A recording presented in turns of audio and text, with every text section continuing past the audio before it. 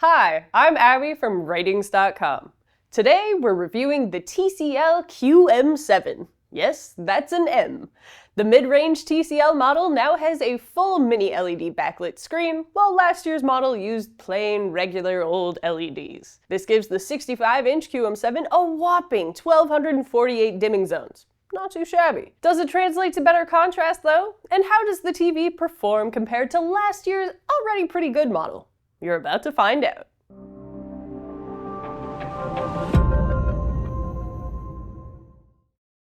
We tested the 65-inch TCL QM751G, and these results also apply to the 55, 75, 85, and 98-inch models. The larger models perform similarly, although they likely have more dimming zones. TCL said the model range has up to 1,500 dimming zones. For our European viewers, the TCL QM7 is only available in North America, but TCL has released a similar model, the C805, in Europe.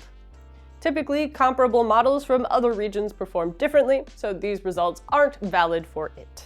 The new QM7 has a very similar design to last year's model, at least from the front. But there are two noticeable differences: their stands and the reflective branding in the upper right corner of the QM7. Listen, we don't mind the visible branding. What we do mind is how reflective the branding is.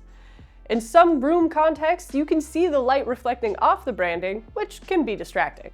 As for the stands, the newer model, except for the huge 98-inch size, opts for a center-mounted stand instead of a set of feet. Is one better than the other? Well, it depends. A center-mounted stand doesn't take up nearly as much space as 2 feet, but feet tend to be sturdier, stopping a TV from rocking back and forth. We're fine with either, and the QM7 went with a stand. It lifts it about 3.5 inches from the table, high enough for a soundbar to fit in front without blocking the screen. The TV wobbles a bit when pushed, as expected, but it quickly settles, so it really isn't a big deal. From the back, the newer QM7 looks similar to the previous model, with the notable addition of a subwoofer around the middle and attachment points for the stand. Otherwise, the QM7 has the same checkerboard pattern, and the ports are still on the right side of the TV when looking at it from the front. Time to talk inputs.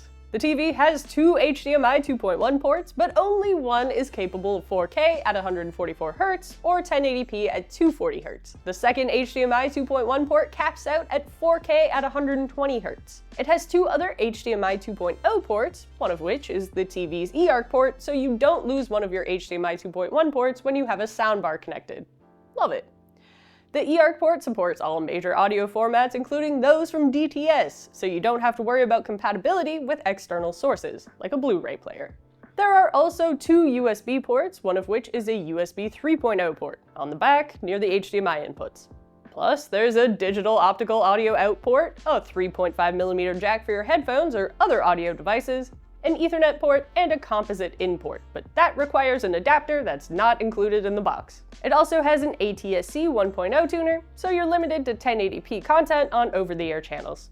Before moving on to image quality, let's briefly tackle the TV's sound quality, as we've already mentioned the TV's new subwoofer. Does the QM7 sound any better than the Q7?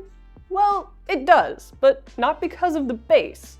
Surprisingly, it has less bass than the older model. However, the newer model does have noticeably less distortion than the older model. So, in a way, it does sound better, just not in the way we expected. You'll still want a soundbar. Surprise.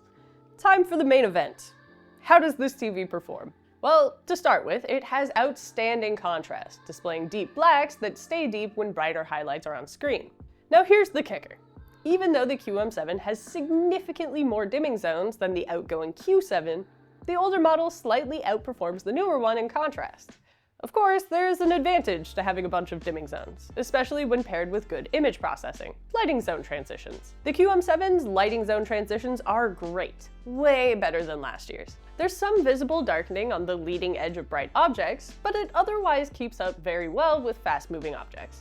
Okay, so the newer model has slightly worse contrast than the outgoing one. But fret not, my friends, because now we're getting to the upgrades. Brightness. The QM7 is noticeably brighter than the Q7, completely outperforming it in real scene tests and in most test slides. Now that's what we call an upgrade. Highlights really stand out on the QM7 during darker scenes, providing an impactful HDR experience. The TV also supports HDR10+ and Dolby Vision, so overall you'll get the best HDR image quality no matter the source. Its HDR accuracy is also pretty good, even though it gets so bright. Still, most content is slightly over-brightened, especially with blacks and dark shadows. It then settles, however, as some highlights and some brighter midtones follow the curve extremely well. The TV hard clips when it reaches its peak brightness with content mastered at 600 and 1000 nits, but it doesn't really matter as the TV is easily bright enough to display most content mastered at those levels. With content mastered at 4000 nits, there is a slight roll-off to maintain detail in very bright specular highlights. Good stuff. Check out this TV's colors. Its color gamut is seriously impressive, with fantastic coverage of the DCI-P3 space and incredible color accuracy. If we're nitpicking, cyans lean a tad green and purple's a bit red, but the TV also has good coverage of the wider Rec 2020 color space, although colors struggle to reach very saturated levels here. What's impressive about the QM7 is its color volume, which highlights how bright this TV is. It's capable of displaying a wide range of colors at high luminance levels. And heck, even dark saturated colors are displayed well due to the TV's outstanding contrast. You prefer to watch SDR content? First off, what's wrong with you? Just kidding, SDR content is great. And you're in luck, as this TV is extremely bright in SDR, easily overcoming glare in bright rooms. It's good that the TV is so bright in SDR because its handling of reflections is only satisfactory. We would even say that it's disappointing when compared to some of this TV's competition, but we'll save that for the verdict. Here we'll stick to saying it's satisfactory, and could certainly be better.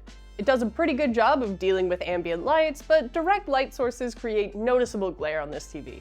It's a bummer, since it impacts the TV's image quality when watched in brighter rooms, especially when the light sources are directly opposite the TV. This TV is not for those who care deeply about SDR accuracy out of the box. The white balance is poor, with significant accuracy errors throughout every range of gray except blacks. Reds are significantly overrepresented in most grays, and blues are underrepresented in brighter grays. In practice, this gives everything a reddish hue, which we can see in the TV's too warm color temperature. At least the TV's color accuracy is decent, with the accuracy improving with the more saturated colors.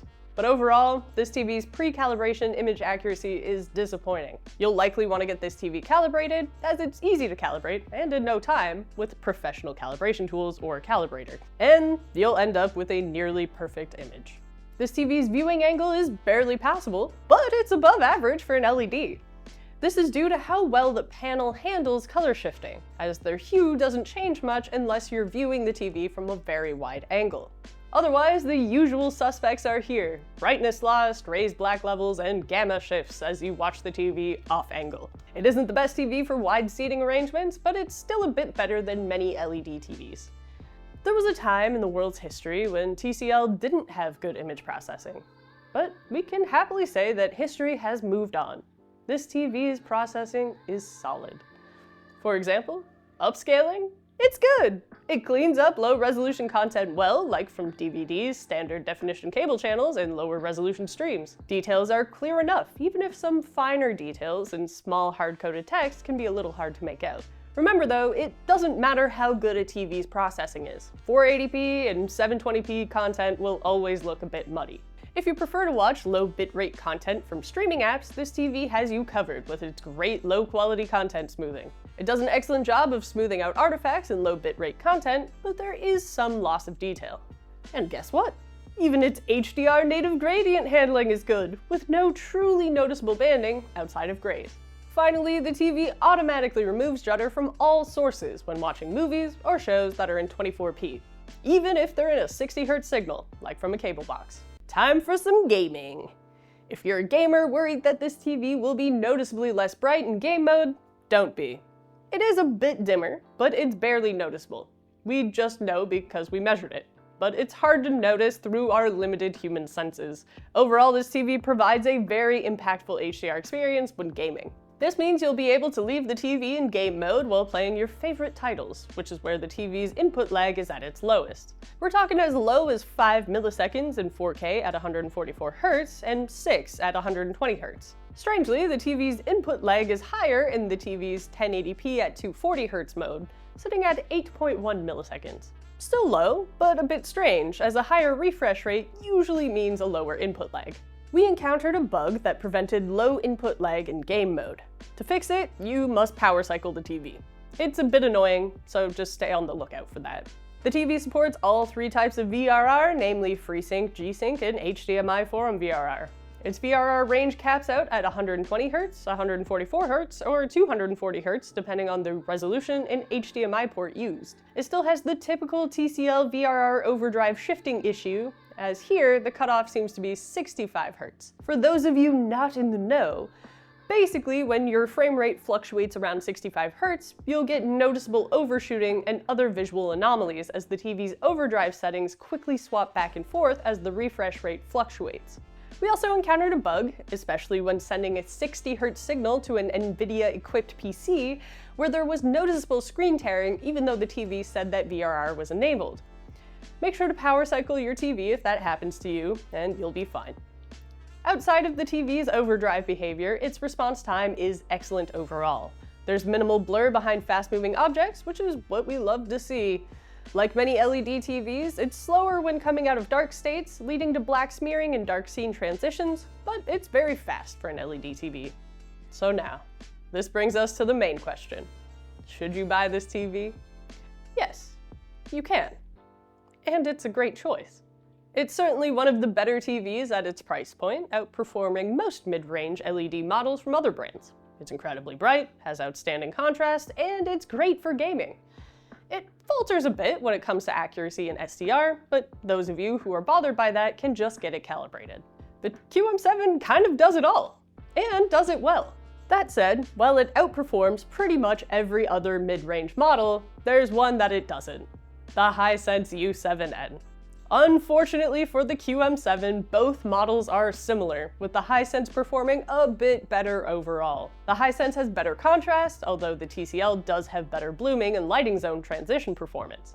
The TCL is also a bit brighter, but the U7N is far more accurate. But the real kicker here is the reflection handling, which is far better on the Hisense, making it the better choice for brighter rooms over the TCL. Ultimately, unless the QM7 is on a significant sale, the U7N is the better choice when both are priced similarly. Now, what if you find last year's Q7 for a cheaper price than this year's model? Consider it, but we won't outright tell you to get the older model unless it's significantly cheaper.